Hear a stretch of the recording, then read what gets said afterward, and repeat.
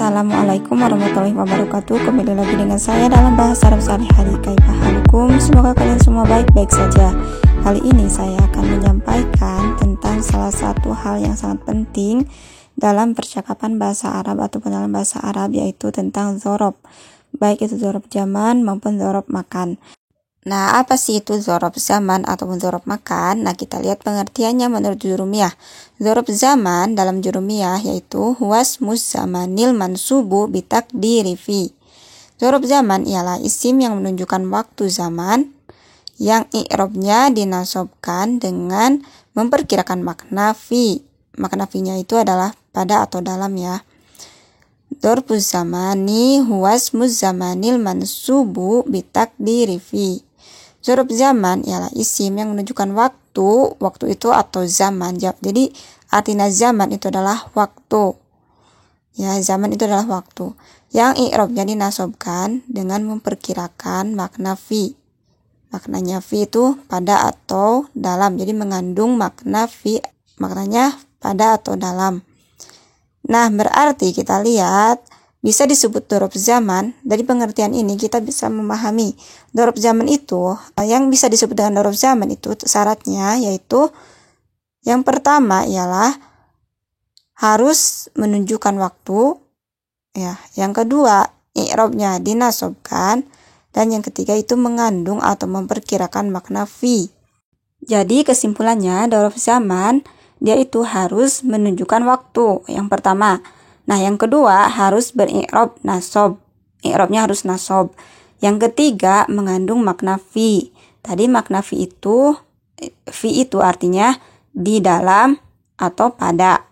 Nanti saya akan berikan contoh mengenai dzorob zaman. Sekarang apa saja sih? Kita lihat kalimat-kalimat yang termasuk ke dalam dzorob zaman, yaitu al-yaum, hari ini. Al-yaum, hari ini. Lailah, malam ini. Lailah, malam ini. Atamah, waktu sore. Atamah, waktu sore. Masaan, waktu sore. Masaan, waktu sore. Hinan, sewaktu-waktu. Hinan, sewaktu-waktu. Amadan, sewaktu-waktu. Amadan, sewaktu-waktu. Gudwah, waktu pagi. Godwah, waktu pagi. Sobahan, waktu pagi. Sobahan, waktu pagi. Bukrotan, pagi sekali. Bukrotan, pagi sekali. Saharon, waktu sahur. Saharon, waktu sahur. Godan, besok. Godan, besok. Abadan, selamanya. Abadan, selamanya. Nah, inilah sejumlah atau beberapa kalimat yang termasuk pada dzorob zaman. Nah, balik lagi ke tadi, dzorob zaman menurut pengertiannya dia itu harus menunjukkan waktu, kemudian harus beri'rob nasob, dan juga mengandung makna fi. Artinya mengandung makna fi ini artinya dia itu fi-nya itu harus disembunyikan. Jadi nggak ada fi secara zohir. Kelihatannya itu nggak ada. Untuk contohnya, mari kita lihat kalimat berikut. Nah, yang pertama adalah sumtu yaumal khomisi. Saya puasa pada hari Kamis. Sumtu yaumal khomisi. Saya berpuasa pada hari Kamis. Nah, mari kita analisis kenapa kalimat sumtu yaumal khomisi ini termasuk pada dzorob zaman. Untuk itu, sebagai bahan analisis, kita lihat dulu tadi pengertian dzorob zaman atau yang menunjukkan dzorob zaman menurut pengertiannya itu menunjukkan waktu, beri'rob nasob, dan juga mengandung makna fi. Nah, tadi salah satunya kalimat yang termasuk dzorob zaman itu adalah yaum. Nah, di sini yaumal khomisi itu sudah termasuk atau sesuatu kalimat yang menunjukkan waktu, yaitu yaumal khomis. Jadi saya berpuasa, waktunya kapan? Ya hari Kamis. Jadi ini udah termasuk menunjukkan waktu. Nah, kemudian yang kedua beri'rob nasob. Apakah ini beri'rob nasob? Nah, di sini kalimat yaum ini sudah menunjukkan nasob. Kenapa? Karena di sini berharkat patah. Salah satu yang menunjukkan i'rob nasob itu adalah harkat patah. Jadi sudah jelas ini beri'rab nasab dan sudah termasuk dzaraf. Kemudian satu lagi, apakah yaumal khomisi ini mengandung makna fi? Nah, kita lihat pada artinya, sumtu yaumal khomisi, saya puasa pada hari Kamis. Berarti di sini yaumal khomisi ini sudah mengandung makna pada atau makna fi. Jadi di sini sudah termasuk atau mengandung makna fi. Jadi ini sudah termasuk dzaraf ya, karena ketiga hal ini sudah ada pada sumtu yaumal khomisi. Berbeda jika kalimatnya seperti ini. Ini hanya sekedar contoh ya. Sumtu fi yaumil khomisi. Contohnya itu kalimatnya contohnya seperti ini. Jika sumtu fi yaumil khomisi, nah di dalam fi yaumil khomisi, kalau yang syarat pertama itu sudah ada yaumil khomisi. Tadi kan kalimat dzaraf salah satunya adalah yaumi yang menunjukkan waktu, itu sudah ya.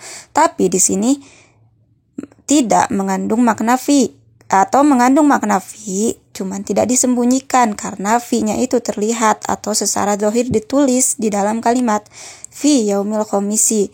Jadi ini bukan dzaraf karena tidak termasuk atau tidak mengandung makna fi, dan juga i'rabnya pun berubah, bukan lagi beri'rab nasab, melainkan i'rabnya itu berubah karena kemasukan fi.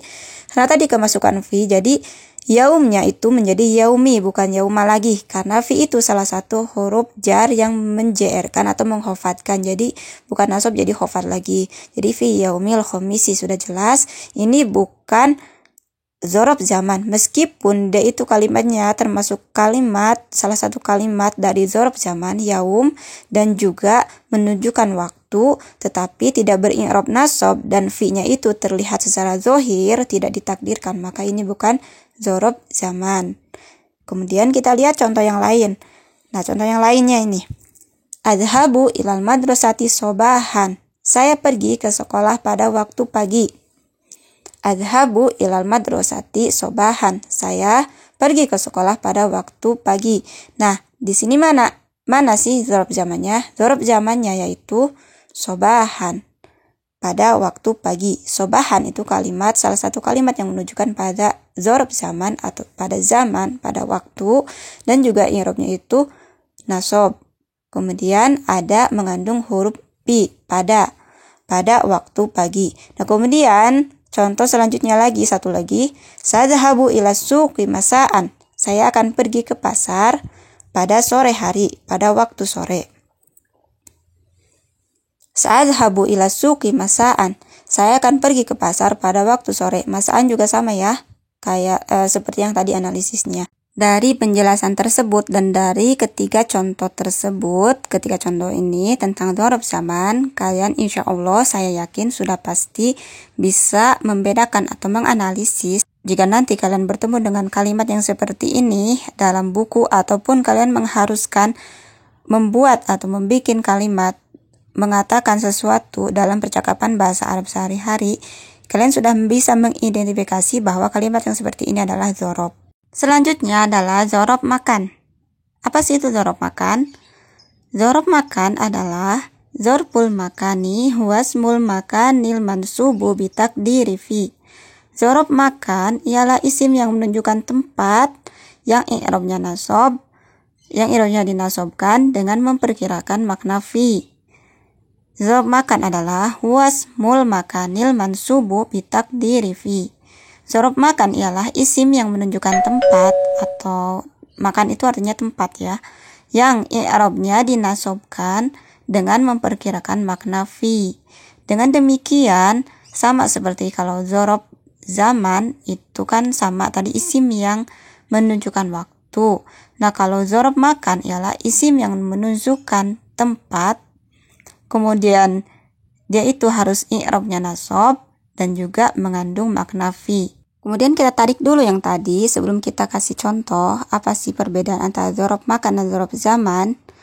Nah, di sini kita lihat tadi berdasarkan dari pengertian dzaraf makan dan dzaraf zaman. Kalau yang pertama kita isi dengan dzaraf zaman, yang kedua dzaraf makan. Nah, kalau dzaraf zaman itu adalah satu harus menunjukkan waktu. Nah, kalau dzaraf makan dia harus menunjukkan tempat. Kemudian dzaraf zaman itu harus beri'rab nasab, dzaraf makan juga sama harus beri'rab nasab. Dan dzaraf zaman harus mengandung makna fi. Zorof makan juga sama harus mengandung makna fi.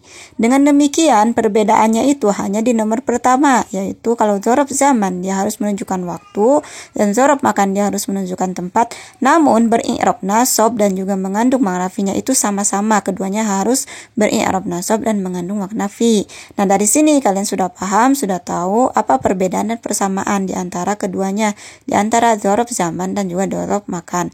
Kemudian kita ke kalimat-kalimat, beberapa kalimat yang termasuk pada zorof makan. Tadi kan zorof zaman udah, sekarang zorof makan. Yang pertama adalah amama, di depan. Amama, di depan. Tahta, di bawah. Tahta, di bawah. Kholfa, di belakang. Kholfa, di belakang. Waro'a, di belakang. Waro'a, di belakang. Kuddama, di depan. Kuddama, di depan.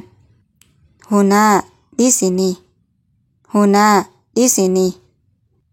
Tilqa'a, di hadapan. Tilqa'a, di hadapan. Fauqa, di atas. Fauqa, di atas. Ma'a, beserta. Ma'a, beserta. Samma, di sana. Sama, di sana. Ini adalah beberapa contoh kalimat atau kosakata yang termasuk pada zorof makan.